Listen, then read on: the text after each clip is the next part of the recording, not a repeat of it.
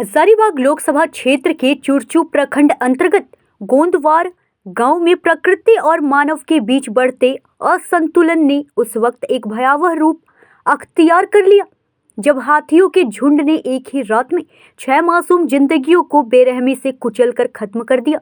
इस हृदय विदारक घटना की सूचना मिलते ही हजारीबाग लोकसभा क्षेत्र के सांसद मनीष जायसवाल अपने तमाम कार्यक्रमों को छोड़कर तुरंत घटनास्थल पर पहुंचे। वहां का मंजर अत्यंत पीड़ादायक था, जहां टूटे हुए कच्चे मकानों के मलबे और अपनों को खोने का चित्कार गूंज रहा था। आसपास के लोग इस घटना और वन विभाग की निष्क्रियता को लेकर रोष व्याप्त थे। सांसद मनीष जायसवाल ने खुद घटनास्थल पर पहुंचकर एक एक शव का अवलोकन किया और पीड़ित परिवारों के बीच बैठकर उन्हें इस गहरे दुख की घड़ी में ढांढस बंधाया। मृतकों में दीपक कुमार की पत्नी सविता कुमारी, उनका 8 माह का शिशु अनुराग, 4 वर्षीय पुत्री संजना, बुजुर्ग पिता सूरज राम और बसंत कुमार की पत्नी सुमन कुमारी सहित एक अन्य ग्रामीण शामिल थे।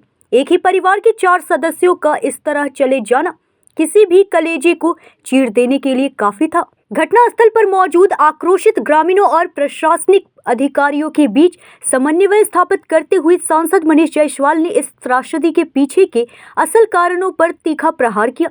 उन्होंने 2 टूक शब्दों में कहा कि हाथियों की यह उग्रता स्वाभाविक नहीं है, बल्कि यह इंसानी घुसपैठ और वर्तमान झारखंड सरकार के संरक्षण में इस क्षेत्र में फल फूल रहे अवैध खनन के काले कारोबार का नतीजा है।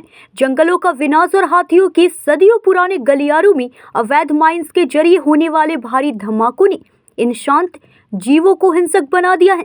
रात के सन्नाटे में अवैध माइंस ने धमाके की गूंज और वाहनों का अनियंत्रित परिचालन हाथियों के प्राकृतिक व्यवहार को अस्त व्यस्त कर रहा है, जिसका खामियाजा निर्दोष ग्रामीणों को अपनी जान देकर भुगतना पड़ रहा है।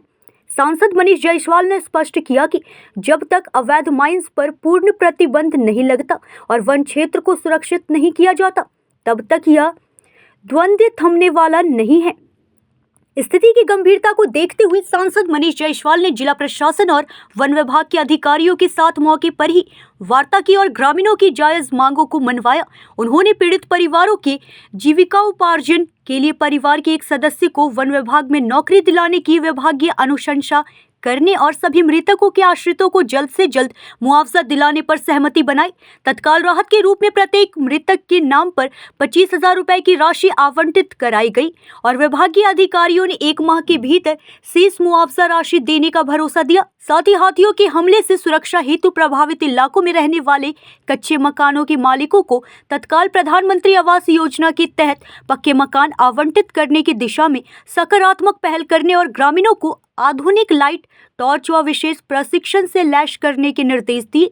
सांसद मनीष जायसवाल ने भावुक स्वर में कहा कि सरकार, प्रशासन और वन विभाग की तत्परता और हम सबकी सामूहिक जागरूकता ही भविष्य में ऐसे घटनाओं को रोक सकती है। उन्होंने ईश्वर से दिवंगत आत्माओं की शांति और शोकाकुल परिजनों को यह अपार दुख सहने की शक्ति देने की प्रार्थना भी की। इधर प्रशासन और वन विभाग की टीम शवों की पोस्टमार्टम प्रक्रिया में जुट गई। मौके पर मांडू विधायक निर्मल महतो उर्फ तिवारी महतो, सदर एसडीओ आदित्य पांडे, प्रशिक्षु IFS Rajesh Kumar, range officer Vijay Kumar, स्थानीय डीएसपी बैजनाथ कुमार, स्थानीय सीओ सह BDO ललित राम, चुरचू थाना प्रभारी कुमार अश्विनी, आंगो थाना प्रभारी जानू कुमार, चुरचू की मुखिया पूनम बेसरा, मांडू विधानसभा के सांसद प्रतिनिधि द्वारिका सिंह उर्फ खोखा सिंह, चुरचू मंडल सांसद प्रतिनिधि फुलेश्वर महतो, चुरचू भाजपा मंडल अध्यक्ष शशि कुमार, आंगो पंचायत सारथी राजेंद्र प्रजापति, सांसद मनीष जायसवाल के लोकसभा क्षेत्र के मीडिया प्रतिनिधि रंजन चौधरी सहित अन्य गणमान्य लोग मौजूद रहे। के आक्रमण से बड़ा दुर्भाग्यपूर्ण है कि 6 लोगों का यहाँ पर मृत्यु हो गया। तो यही जो है, ये हाथी और मानव के टकराव का जो है घटनाएं पिछले 1 साल में बहुत तेजी से बढ़ी हैं और हमको लगता है कि 1 साल में इस इलाके में, इधर में यहाँ हो रामगढ़ का बॉर्डरिंग यहाँ से जो है उसमें मिला जुला करके हमको लगता है कि 10-15 लोगों का जो है मौत हुआ। पूरे झारखंड में शायद 37 लोगों की मौत जो है इससे हुई है। लेकिन एक साथ 6-6 लोगों को, और भी हाथी जैसा बताया जा रहा है कि घर से निकाल के घसीट करके ले जा करके दूर से मार रहा है और बिल्कुल पांव से क्रश कर दे रहा है, तो ये बड़ा दुर्भाग्यपूर्ण है।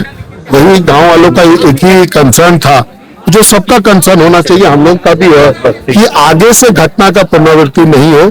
केवल इसी गांव में नहीं, जहां भी हाथी मानव का टकराव का संभावना है, वहां पर फॉरेस्ट डिपार्टमेंट को जो नेसेसरी सामान है, जो नेसेसरी इक्विपमेंट है, जो नेसेसरी ट्रेनिंग है, वो दे के रखना चाहिए, ताकि अगर हाथी कहीं पर आता है तो उसको जो है मतलब उसको हटाया जा सके।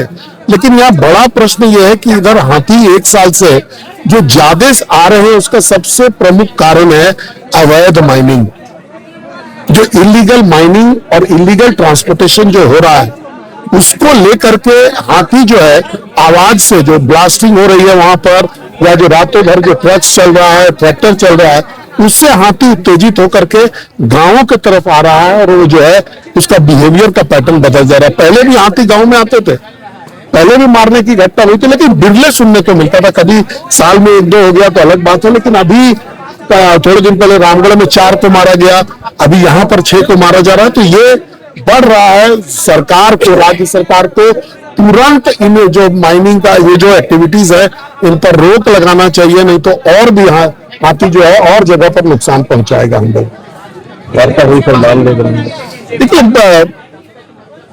ये वार्ता का विषय नहीं है। ग्रामीणों का डिमांड जो एकदम सही था, सरकार का ध्यान आकृष्ट कराया गया, पदाधिकारियों ने आश्वासन दिया है कि हम लोग करेंगे।